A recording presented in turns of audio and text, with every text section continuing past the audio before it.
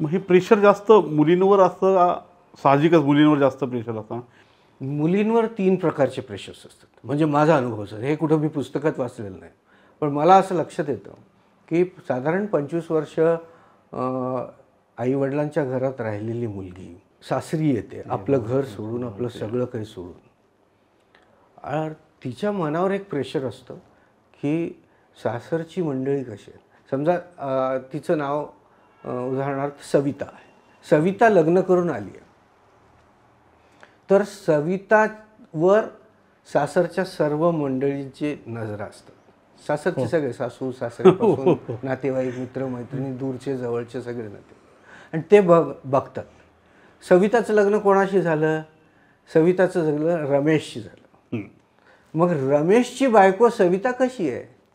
दिसायला कशी आहे? गोरी आहे, काळी आहे, उंच आहे, उंचीला कमी आहे, चष्मा लावते का नाही लावते का, पंजाबी ड्रेस घालते का साडी नेसते, असा नमस्कार करते का वाकून नमस्कार करते, तिला भाकरी पोळ्या करता येतात की नाही, चहा करता येतो की नाही, तिचे कपडे, पोशाख, सगळं, या सगळ्या नजरा ह्या सवितावर असतात.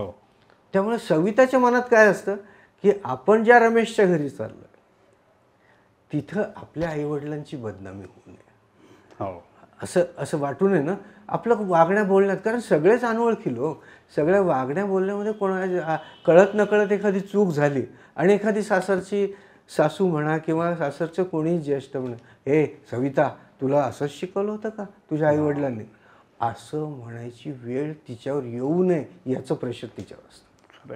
दिस इज प्रेशर नंबर 1. दुसरं प्रेशर असं असतं की सेक्सचं. सेक्स हा अनुभव त्या वयात हवाहवासाही आहे आणि पुन्हा काय होतं की याची भीती आहे. कुठेतरी वाचलेलं असतं, कुठेतरी पाहिलेलं असतं. आजकाल तर बरेच व्हिडिओज वगैरे सगळेच पाहतात, आणि ते पाहिल्यानंतर तिला एकदम अरे बापरे हे सगळं इतकं भयानक असतं का, काहीतरी पेनिट्रेट होतं, काहीतरी असं वेगळंच काहीतरी होतं, मग दुखत असेल, काहीतरी त्रास होत असेल, पण पाहिजे देखील आहे आणि भीती देखील आहे. आणि पाहिजे देखील आहे आणि भीती देखील आहे, या मनस्थितीत ती पहिल्या रात्री ला सामोरं जाते. त्यामुळे हा अनुभव तर तिला घ्यायचाच आहे, पण त्याच्या मनामध्ये एक भीती आहे. तर ती एक मानसिकता आहे, त्याचं एक प्रेशर असतं काय होईल.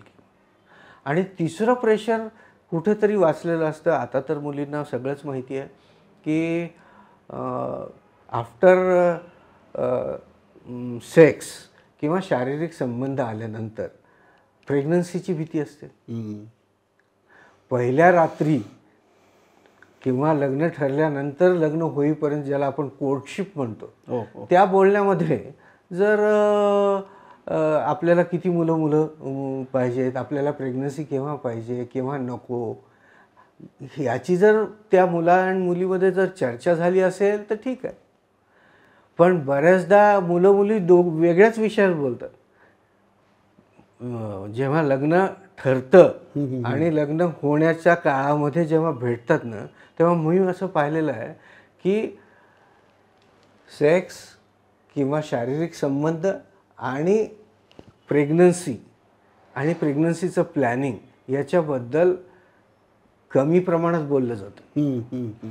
जे की बोललं गेलं पाहिजे, त्याची तयारी पहिल्या रात्रीच्या आधीच झाली पाहिजे. असं मला वाटतं. शुभविवाहाची गुरुकिल्ली TSTS आपलं चॅनल, थोडं साधं थोडं सोपं.